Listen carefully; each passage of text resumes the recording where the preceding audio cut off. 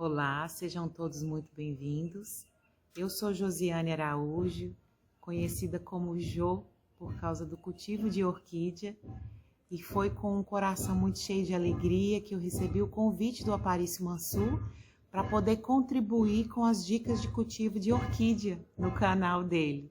Então nós vamos seguir aí com uma sequência de vídeos, levando para vocês o conhecimento dessas plantas, desse vegetal maravilhoso que vem trazer e encher o nosso coração de alegria. Eu não tenho um curso em orquidofilia, o meu cuidado, o meu conhecimento com elas mesmas é de forma empírica, é um conhecimento que foi adquirido ao longo dos anos, do cuidado delas, no cultivo delas. E assim, eu passo para as pessoas o que tem de melhor, o que eu consegui alcançar de melhor com essas plantas. Ele pediu para que eu fizesse uma pequena historinha contando como se deu o meu contato com as orquídeas. Então eu acredito que esse amor por as orquídeas aconteceu ainda na minha infância, quando tinha uma fazenda do meu tio na cidade de Buritizeiro, e que eu seguia naquelas veredas no cerrado com uma prima minha, colhendo florzinhas do campo para poder levar para casa no horário do almoço. E aí, ao passar por aquelas veredas, eu olhava aqueles buritizeiros imensos e via ali as touceiras de cataceto, de cirtopódio. Era aquilo tudo magnífico que preenchia os meus olhos, mas eu sabia que eu não conseguiria pegar porque era muito alto e não tinha quem subisse ali, uma criança não conseguiria alcançar aquela altura toda. E a gente continuava seguindo as veredas, hora ou outra encontrava uma touceirinha de Coniella ceboleta ou de um oncídio nativo, mas o que dava para a gente pegar era aquelas plantas, as florzinhas que estavam no chão. E os anos foram passando e eu via nas revistas as orquídeas, aquilo tudo me encantava, era tudo muito lindo, só que orquídea era muito cara, Era algo assim que eu achava que seria inacessível.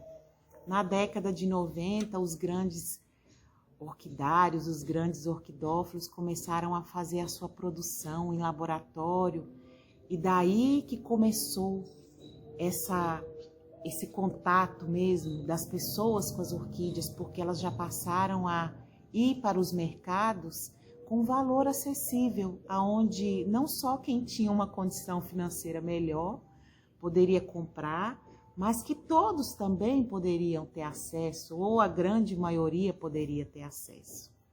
Eu fui ter contato com a minha primeira orquídea em 2000, foi em 2000, quando eu comprei uma Phalaenopsis. Eu dizia assim, agora eu acho que é a hora de começar a ter uma experiência com as orquídeas.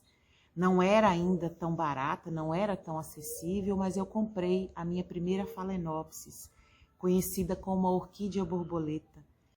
E cuidei por um tempo, mas a Phalaenopsis não sobreviveu comigo, porque a Phalaenopsis, ela é uma orquídea que ela é mesmo para ser cultivada dentro de casa. Ela não pode pegar luz em excesso, mesmo que filtrada. A rega dela é moderada. Tem todo um cuidadozinho que a gente tem que exercer com ela. Só que hoje eu já vejo o cultivo de Phalaenopsis de forma diferenciada, porque eu tenho aqui na minha coleção e hoje eu percebo que eu consigo já ter o cultivo de excelência com as Phalaenopsis sem perdê-las. Então, na sequência de vídeo eu vou mostrar para vocês, Ao longo dos vídeos eu vou desvendando para vocês esses mistérios das orquídeas. Já convido você a se inscrever, se não é inscrito no canal do amigo Aparício Mansur. Curta o vídeo, compartilhe, interaja, porque assim que possível também eu vou respondendo aos questionamentos seus e essa troca vai ser muito boa para nós. E seguindo o raciocínio, não consegui cultivar a minha Phalaenopsis, ela morreu. E aí veio a questão do Dendrobium nobile, porque é uma planta também, é uma orquídea também de, assim, dificuldade moderada para quem está iniciando o cultivo de orquídea. E o Dendrobium nobile, eu vi que ele era mais resistente. Aí comprei ele florido, perfumado, depois amarrei num toco de madeira. Ele enraizou e começou a vegetar, mas demorou 2 anos para florescer comigo. Mas um dia ele floresceu. E aí eu segui com as minhas orquídeas. Comecei a comprar, porque orquídea é assim. Você tem o contato com a primeira e daí em diante você ganha a orquídea de presente, você vê uma orquídea barata que você fala, se ela fosse adulta eu talvez não conseguiria comprar, mas eu vou comprar a mudinha, e aí é assim que acontece. Você tem o contato com a primeira orquídea e aí tá feito. É um rastilho de pólvora. Eu falo que orquidofilia é igual erva daninha. Você começou e daí para frente é te seguindo sempre. Então, eu acredito que eu não escolhi a orquidofilia, não. A orquidofilia que me escolheu. Porque o que eu percebo no contato com a orquídea? É um vegetal diferenciado, é uma planta nobre, sim, mas é com o cultivo de orquídea que a gente descobre muita coisa.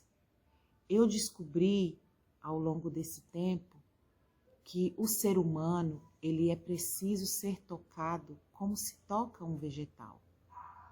Eu sou técnica em enfermagem de formação, exerço a minha profissão com muito carinho, com muito amor, muita resiliência e muita ética acima de tudo.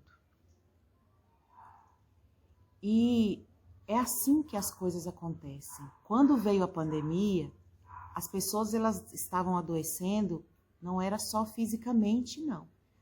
Era mentalmente também.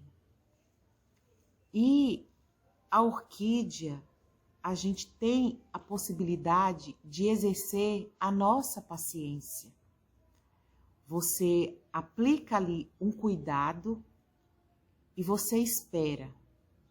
É claro que nem sempre você consegue fazer com que a sua orquídea ela sobreviva no seu cuidado, no seu cultivo, na sua forma de cultivo. Aqui eu faço assim, como todos os orquidófilos fazem também.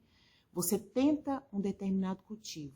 Se não deu certo, você parte para uma outra forma de cultivo até você entender como que aquela orquídea se comporta. Na minha casa, eu consegui adaptar o cultivo de várias espécies no mesmo ambiente.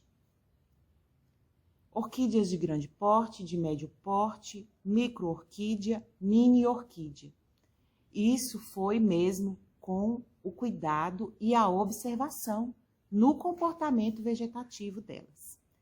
E hoje eu sou muito feliz na orquidofilia. Eu tenho uma pequena coleção que me enche de carinho, que a gente faz uma troca, é algo magnífico.